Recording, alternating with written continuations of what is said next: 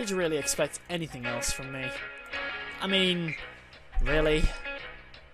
Just look at all the stuff I've done in the past. For an audition video, I did a rap.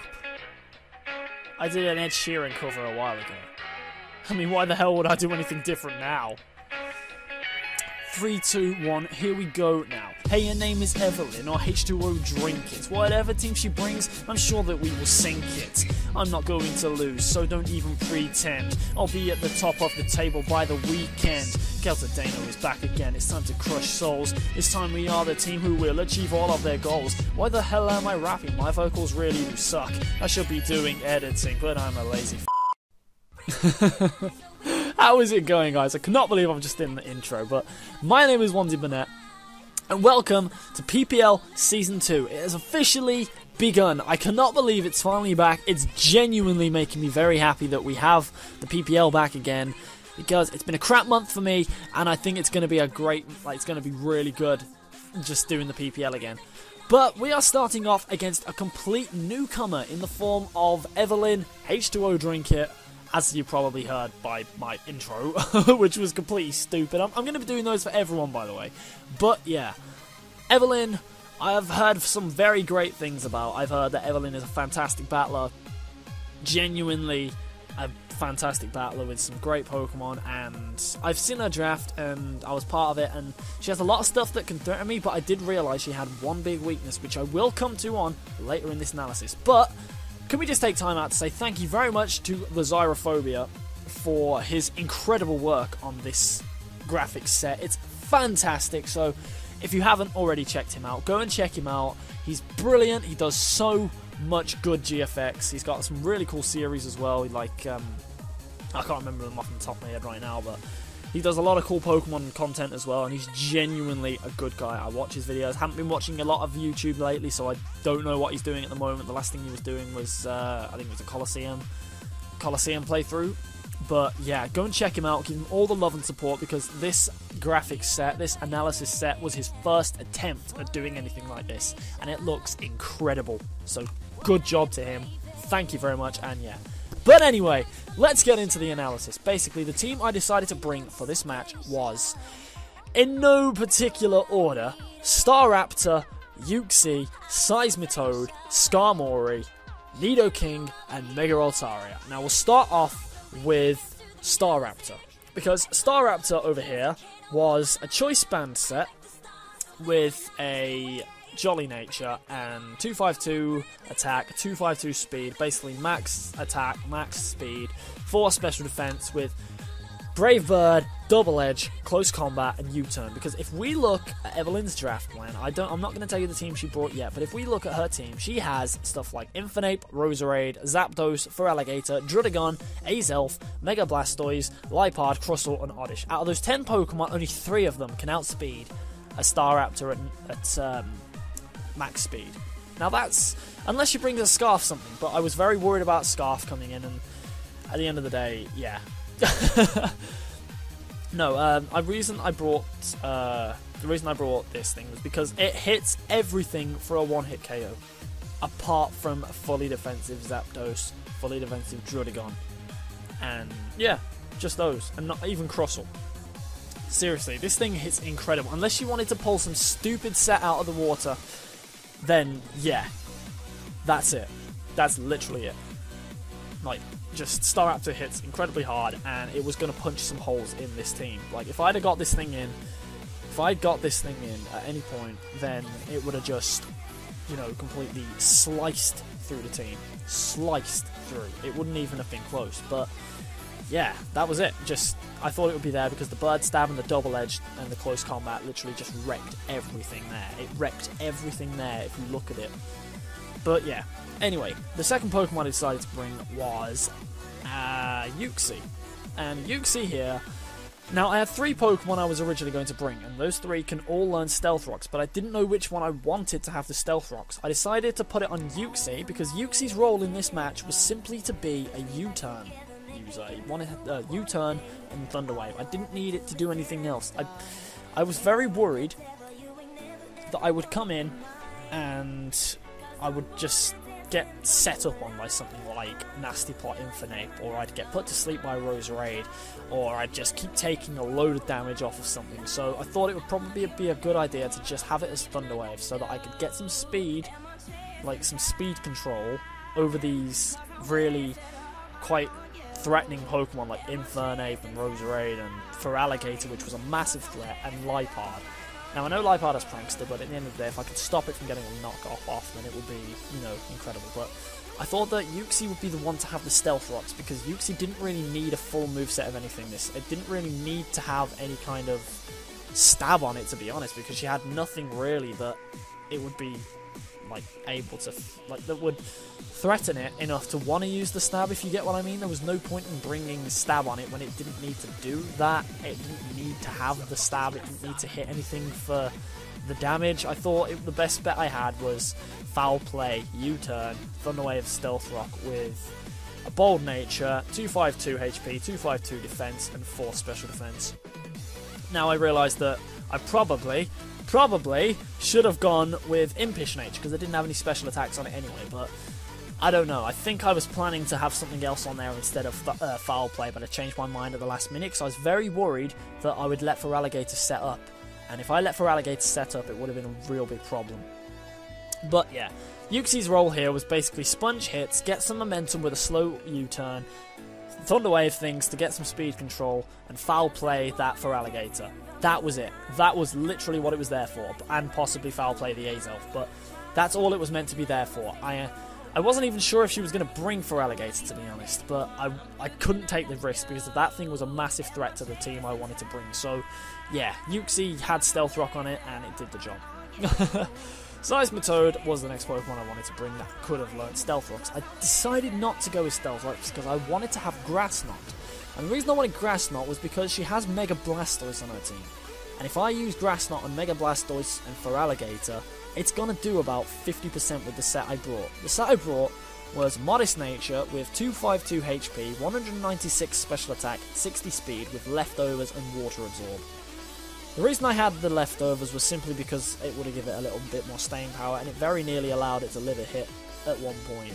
But hey ho, I'm not going to get into that yet, no spoilers, but the moveset was Knock Off, Grass Knot, Earth Power and Scold. Quite simple. I just wanted this thing around to be able to sponge a hit from something and be able to retaliate with a knockoff or an Earth Power or a Scold or something. Seismitoad always seems to have something that can hit you super effectively, and this really did come about. It really did show itself like in this match. It really did. The only thing it was not able to hit super effectively on the team were probably Druddigon and Zapdos. The rest all got hit super effectively by the moves that it carried. Oh, and Lipard, but Lipard's weak anyway, so it doesn't really matter. Okay, now the next Pokemon we had was Mega Altaria, like I said, and the funny thing about this was Mega Altaria, everyone knows what a threat it is. Everyone knows what a threat it is, and one of the most common ways to stop a Mega Altaria is to burn it, or to put it to sleep, or to Toxic it, or to Thunder Wave it, or just give it some kind of status. Now the problem with this is that Mega Altaria learns Heal Bell, but people still do it a lot. I practiced a lot with Mega Altaria in OU, and the general mindset is you can try and put Heal Bell on it because it'll probably be running a second. Like, you can try and put status on it, sorry, because it'll probably be running a second attacking move rather than a Heal Bell. Not me. The move set I gave it was simply Adamant with 252 attack, 4 special defense, and 252 speed. That was simply all I gave it. However, I gave it Dragon Dance, Roost, Return, and Heal Bell, but I realised after the game that there's a couple of damage calcs that I really need to double check, because if I ran the set that I brought here, then something's gone wrong. But hey ho, I don't know. But I gave it Dragon Dance, Roost, Return, and Heal Bell. Heal Bell was simply there because a lot of people tried to status it, and it was mainly because I thought Lipard would have tried to Thunder Wave me if I'd have brought it in on it. I thought maybe if I bring it in expecting a knockoff, I'll take like a Return from a Copycat, or I'll take a Thunder Wave or something, and it's just annoying. But Mega Altaria, we know what a threat it is. We know how powerful this thing is. It's all about how you stop it. And I felt like the Dragon Dance set here was able to really punch a hole through a team if I could get it in properly. So yeah, that's a thing. Now, the fifth Pokemon I brought was Skarmory. Now Skarmory was there because I was worried that if I had a bird or two on the team, then I would need some kind of defog. And looking at my team, there are only 2 Pokemon on my team that can defog. That's Staraptor and Skarmory. Staraptor has much better things to be doing, and at the end of the day, Skarmory here was around to Toxic and Defog and Brave Bird and Roost. I gave it 252 HP, 252 defense, 24 speed with Impish Nature. 24 speed was to outrun... What was it? I think it was to outrun possibly Mega Blastoise. I think it was to outrun Mega Blastoise if it ran some speed investment and I needed to use a Brave Bird on it, but... yeah, Brave Bird, Roost, Defog, Toxic. Toxic was there because I felt like if I could get some status off and I could just stall out with Mega Altaria, I'd be able to do some damage, but... yeah, I gave it Defog. I know that Skarmory doesn't really want to be defogging, but there's not a lot of other choices I had here. I decided instead of running Stealth Rock, I would put Stealth Rock instead of Skarmory, instead of Seismitoad on Uxie, and that was the whole dilemma I had. I needed Defog on Skarmory, and that meant that I couldn't have Stealth Rock on it as well. Most people do not like using Defog Skarmory, but at the end of the day, it works. It does work, and it can work, and yeah, I hope it works in this match, but yeah. The final Pokemon I brought was Nidoking, as we all saw, and quite frankly, Nidoking, if you look at her team now, there is not one Pokemon on the team that takes less than 50% from a Sludge Wave. Yes, I mean that. There is not a single resist for Sludge Wave apart from Crustle, and even that takes over 50% because it has no special defense.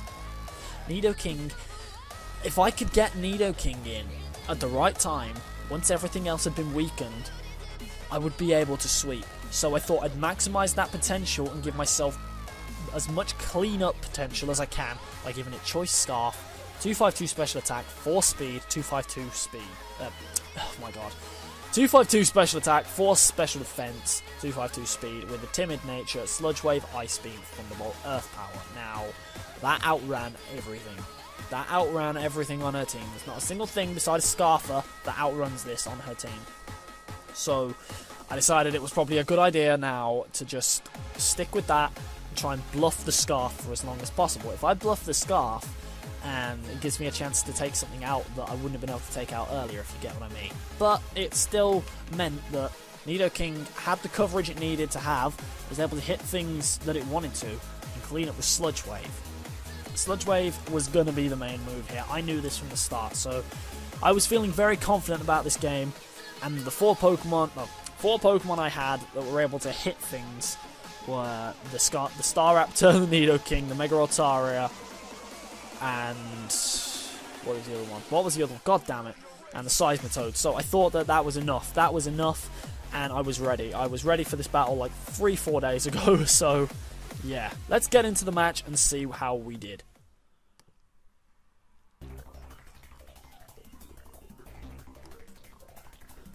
It's funny because Evelyn doesn't actually have a silly name on her thing. Normally they have like strange names for all their things, but she leads off with Zapdos, as I lead off with Staraptor. Now, this was the only time Staraptor was even out in the entire game. That's a spoiler right here and now. But she goes for Volt Switch as I switch into Altaria, thinking that I didn't really have much else I wanted to switch in at this point. I didn't want to switch in Uxie because I had a feeling if I did, then Uxie would have taken more damage from Volt Switch than it would have liked.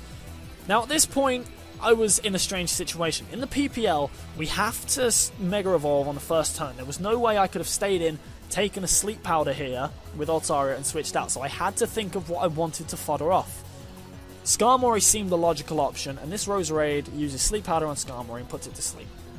Now, I had a feeling that, because of the way she switched out there, that she didn't have the HP Fire, which was useful information, but I decided to pull a double switch anyway, just to be certain there, and go into Problem, my Uxie. Now, at this point, I was completely unable to stop her from Volt Switching there. I didn't want to switch in Nidoking and take a Hidden Power Ice or something so that she goes into Lipard. Now, Lipard here, this was interesting because I go for Stealth Rock here. And then, obviously, you get the leftovers recovery and all that, but I looked at Lipard's moveset, and there's one move it learns that this here, Copycat. Now, Copycat is a strange old move, it really is, because it copies my Stealth Rocks and gets them back up. Now, that was brilliant. I thought that was a fantastic use of Copycat, and I was very impressed, because that puts a lot of pressure on me. I can't bring Staraptor out, or Altaria at the moment, because they're going to take a quarter of their health. But I used the Thunder Wave on the Lipard, which stops it from getting fast knockoffs on me. I think there it was going to go. I think it was going to go for a Copycat again and try and Thunder Wave me, but it gets fully paralyzed, unfortunately, and I go for the U-turn. Now, as it said, like, if I'd have got a status on Uxie, it would not have mattered at all because I have Mega Altaria with Heal Bell. So I decided to go into Morshu, and Morshu couldn't get really Thunder Waved. So I thought maybe I would just go in and stop that and get a hit off. But he uses Copycat, goes for U-turn, which was very clever. I'm really impressed with how useful Copycat was in this match. I mean, it was very well thought up, but Zweistrom the Zapdos comes back in, takes a quarter of its health from Stealth Rocks, and I just go straight for the Sludge Wave here, which, unfortunately for Evelyn, does get a crit, which takes it down to red health, and she switches out again. Normally you'd think, okay, it's dead as soon as it comes back in, but I do realise she has that Mega Blastoise on her team, so she goes back out into this thing. I go for another... What did I go for? Yeah, I go for another Sludge Wave here. And it just completely does a lot of damage to this Roserade, just over half. I reckon that was a 2-hit KO. But I was so worried that it was Scarfed, I needed Nidoking around. I wanted to do as much damage as I could with everything else before I tried to sweep. Now, she goes for the extra Sensory here, as I switch in Skarmory. And because she didn't stay in earlier and go for Hidden Power Fire, I had a feeling that she didn't have Hidden Power Fire. So I thought that it was a fair switch, and as I saw the Life Orb damage there, I realised it wasn't Scarfed, so that gave me a great piece of knowledge, because now I know that this thing cannot touch me. This thing cannot outspeed Nidoking, and it allows Nidoking to come in later, but she goes into the Blastoise, and I pull another double switch trying to get, decent kind of momentum, but unfortunately I go straight out into Uxie. Now, this Blastoise is obviously going to have a free turn to Mega Evolve, and there's not really much I can do to it, so I decide to... I think I go for a U-turn here, but she Mega Evolves on the Blastoise, and I have a feeling a Rapid Spin's coming here or something, so I go for a U-turn, and I just think, you know what, I might as well, in case they're going to go for a Water Pulse or something, I might as well go back out, I might as well go into Seismitoad. So I do that, I go into Smexitoad, and Smexitoad gets a bit of Stealth Rock damage, but it doesn't even matter in the long run because she does go for Water Pulse, and Smexitoad just absorbs that to high health. So all of the health is back, and she takes this opportunity to go for Rapid Spin. However, that gives Smexitoad an opportunity to do the thing I brought it to do, and that's get a Grass Knot away on this Mega Blastoise. And as you see, it does a fair amount of damage. That does a fairly decent amount of damage. So that's very useful, because now this thing can't really come in on Rapid Spin very often. I mean, yeah, that's really interesting. But Infinite then comes in, and I go for a knockoff, because I thought that she was going to switch it out to save it for later, and that gets rid of Life Orb on that thing, which really shows me again that she didn't bring any Scarfer. She didn't bring a Scarfer, which is very, very good for me, because if she had brought a Scarfer, then I wouldn't have been able to do a lot with Nidoking, if you know what I mean. But she goes for U-turn on this as I switch in Uxie, and it takes quite a fair amount, but because it hasn't got the Life Orb anymore, that really helps me out. Now Zweistrom comes back in here, and at this point I know that this Zapdos probably outspeeds me, and probably has Roost, so at this point I just thought, you know what, it's a good idea for me to get those rocks back up, so she goes for the Roost, outspeeds me as I thought. I could have gone for Foul Play there, but it wouldn't have killed and it probably wouldn't have done much, so I decided just get those rocks back up, because if this thing has to switch out later on, then I'm in a good position. So Uxie's now above, it's now at 100 HP, and she goes for another Roost here, so just getting herself back up to full, and this Zapdos, which was nearly dead, is now back up to full, which is quite bad news for me, because as I learned here, by U-turning this Zapdos, she's given it the item Rocky Helmet. and I get the Rocky Helmet damage, which plummets me back down to 70 HP, and that's very bad because I can't hit that with the double edge very reliably unless I can get the rocks away, because I don't want to be having to use a double edge on that thing and take like 50% recoil. So I decided to go into Smexy Toad. Now I kind of knew that she'd have a hidden power grass here, but I kind of knew I'd live it too. So I knew it was coming, so I just stayed in and took it and went for a Scald, hoping for a burn. Unfortunately, I don't get it, and I mean, that's the first time I've used Scald this season. I'll probably get a burn at some other point if I use it again, but she goes for Air Cutter now. Now, Air Cutter was an interesting choice. I had no idea why she brought that, but it kind of did the job because it was able to take out Thingy. Now, I bring in Voltaire now, who's going to take a butt ton of damage from this, and I'm going to Mega Evolve here, which I thought this was a great chance to Mega Evolve because there's not really a lot that this thing can do to me. The most it could do to me was probably a Volt Switch or an Air Cutter, so I stay in and go for Roost, which is very useful actually. So I get all my health back from that Roost, and this Y-Strom goes for Volt Switch. Now, as you see, that does nothing. It does like 30 HP, which is absolutely nothing. So I'm at a good position now. I've got rid of my flying type, and this thing's here. Now, I had no idea what this Lipard came in to do, but I had a feeling there that it went for either Copycat or Thunderwave. Now, Copycat would have just, you know, just been irrelevant because Return takes it out anyway, but at the end of the day, that paralysis was very unfortunate, but I had Heal Bell on this thing, even if it wanted to paralyze me, and Roost would have just died anyway, so I don't think that was too hacksy. Now, this thing comes in, I decided to take the time to go for a Dragon Dance, which I did do. I get the attack raise, I get the speed raise, and this thing goes for a Roost. However, there was something I realised later on, and it kind of proved to me that this thing didn't have the right EV spread. I go for another Dragon Dance here, and I kind of stopped paying attention here because I thought, you know what, I think I can win this just by Dragon Dancing. It shows me that it has Air Cutter, which it uses, and that does... it gets a crit, which does about 60% at most. Now, I thought that wouldn't do anything at all. Honestly, I didn't think that would do anything at all. So, it goes for Air Cutter again and misses, and I go for a Return here. Normally, a +2 just straight up takes it out. That did nothing. Absolutely nothing. So, that kind of proves to me that this Altaria had no EVs, because it's not taking those Air Cutters very well. It has 150 HP, which Altaria gets more when it's got EVs, trust me.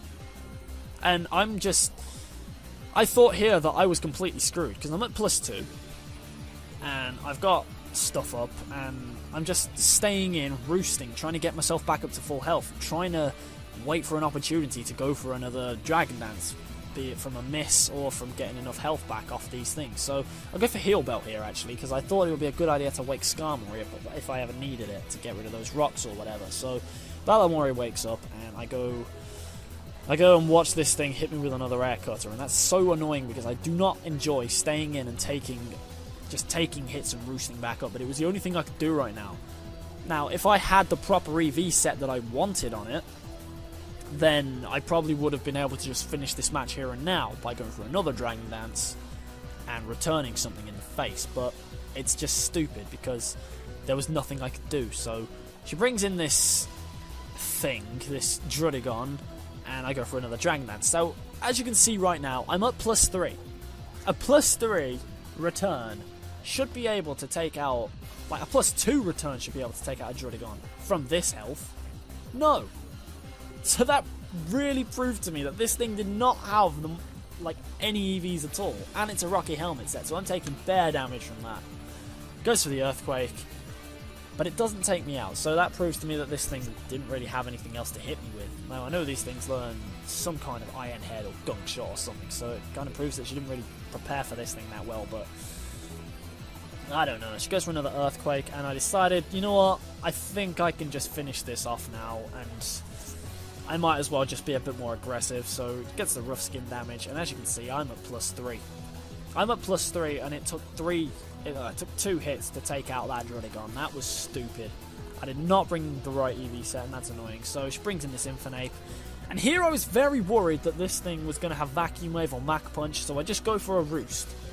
It didn't use it, And I think that was when, I think she was trying to bluff it, and that proved to me that she didn't have it. So she goes for a U-turn, and Mixtape gets the hell out of there. And Voltaire's now sitting at a comfortable 67 HP.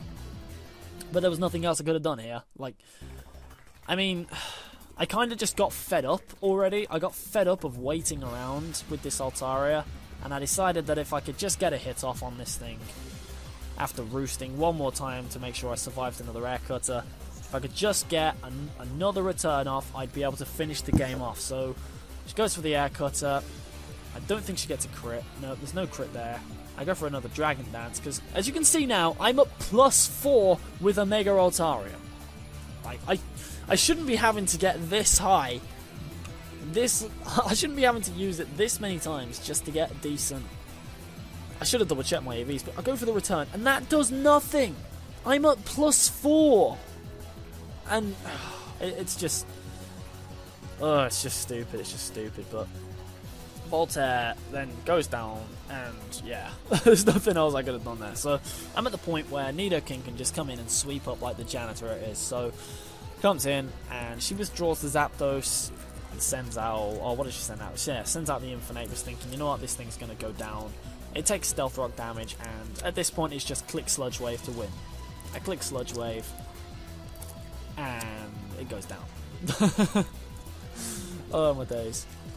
But that thing's gone, and Sir Loras over here, this Roserade comes in, and, well, I'm Choice Scarf, so I don't have to worry about this thing outspeeding me, which it naturally would. I can just go for a Sludge Wave. So that thing goes down as well. Everything is just, it's dropping like flies. They're dropping like flies, to be honest. So Kevin Steen, the Blastoise, then decides to come out. And obviously I outspeed this thing too, and it's not going to live if it's already on red, so we'll go for another Sludge Wave. And that's 3 Sludge Waves, 3 deaths. So there we go, that Blastoise is gone, and now the only thing that she has left is this pesky Zapdos. Now, if she plays this Zapdos well for the rest of the season, she'll finish high, because this thing put in a massive amount of work for her. Massive amount of work, so she goes... I outspeed it, obviously, and I go for another Sludge Wave, which just takes out the Zapdos, and that will be a 4-0 victory for me. And it's good, because we start off the season with a victory. I knew that... I mean, good game, Evelyn. That was a brilliant game. You played very well with the Pokemon you had.